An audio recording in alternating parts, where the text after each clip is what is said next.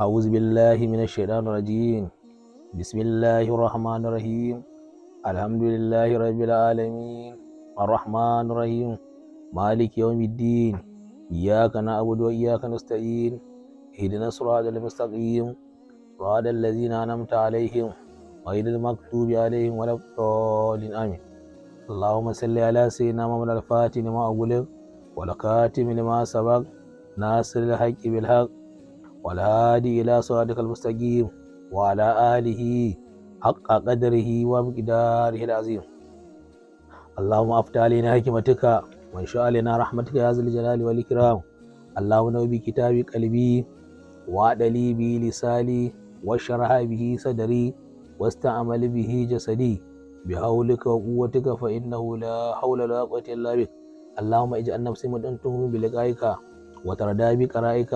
اللهم ارزقني فهم النبيين وحفظ المرسلين وإلهام الملائكة والمقربين.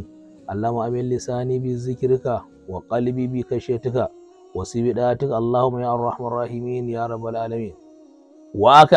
وأخرج من أبي شيبة عن ابن مسعود قال من أفطر يوما من رمضان متعمدا من غير سفر ولا مرض لم يقضيه أبدا وإن صام الدهر كله.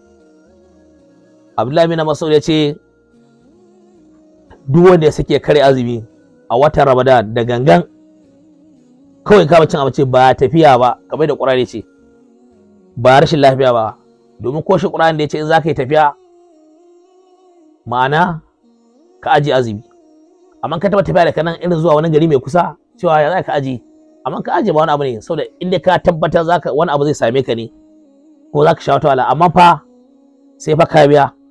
To ƙarshe kuma sai Qur'ani ce ai wa anta sumu kai lakum, ku yi azumin in za ku yi tafiya ma'ana ba ku aje ba shi yafi, ku yi azumin inda za ku iya ta, to gwara ma rashin lafiya amma tafiya to amma musulunci ya ba kamata ya ma abana yuridillahu bikum al-yusra wa la yuridu bikum al-usra, saboda in ka za ka je ka aje, amma ne tafiya a cikin kilomita 100 ko 200 ai mala aje a dawo bana saboda he ka rama ne. To shi ne ce ba tare da wani tafiya ba kawai kama cin abinci ko rashin lafiya, to ya sani inda zai azumi tsawon shekarunsa kada zai shekara 80 a duniya ko shekara 100, da zai azumi na shekara ba zai daidai da abin nan ba laifin da yi. Azumin shekara ba zai mayar da wannan ba saboda ai ya rusa falala da yawa. Wa kana min abi shaybata an sa'id bin al-musayyib qala jaa rajulun ila an-nabi sallallahu alaihi wasallam فقال إني أفطرت يوما من رمضان فقال له النبي صلى الله عليه وسلم تصدق واستغفر الله وصم يوما مكانه.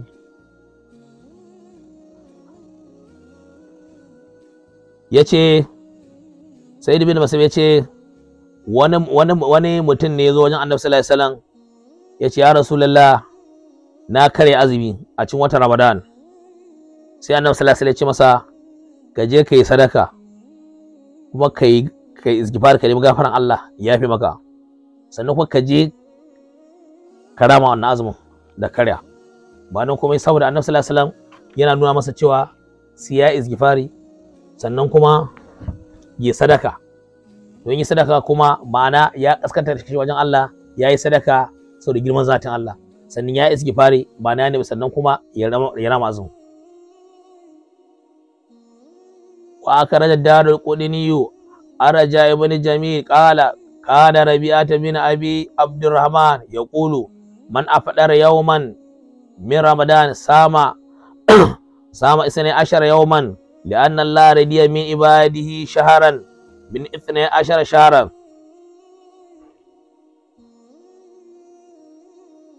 ربيعة بن أبي عبد الرحمن يقول duk wanda ya kare azuminsa na watan Ramadan sai ya azumi 12, domin Allah ta'ala ya yaddaba bayansa watanni 12, saboda shi ma azumin wata 12 to azumin wata guda yake, ma'ana sai ya yi azumin sai ya azumi 12 kamar yadda wata zama wata 12, to shine sai ya zama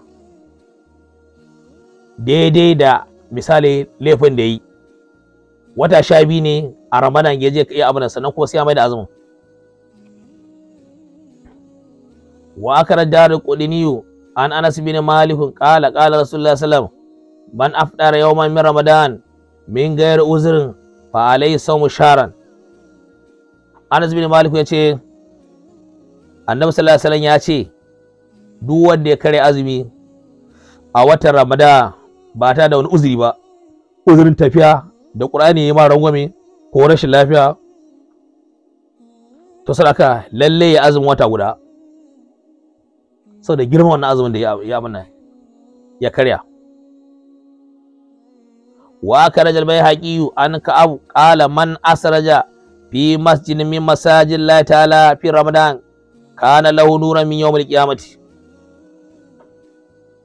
Ka'ab ya ce duk wanda ya sanya fitila a cikin masallatai, duk wanda ya sa fitila a cikin masallaci daga cikin masallatan Ubangiji, ma'ana in Ramadan ya zo misali sai ga wani masallaci irin a ci balbal ne ko fitila irin ta mu da ake saba kanazir, to ya ga ka so masa irin fitila na ta ci balbal da za a je a caza a sa iska ka shiga haske, to wannan haska da kai nan to kai ma zai zama wannan haske zai maka haske dan tashin alƙiyama domin ka haskaka ɗakin Allah.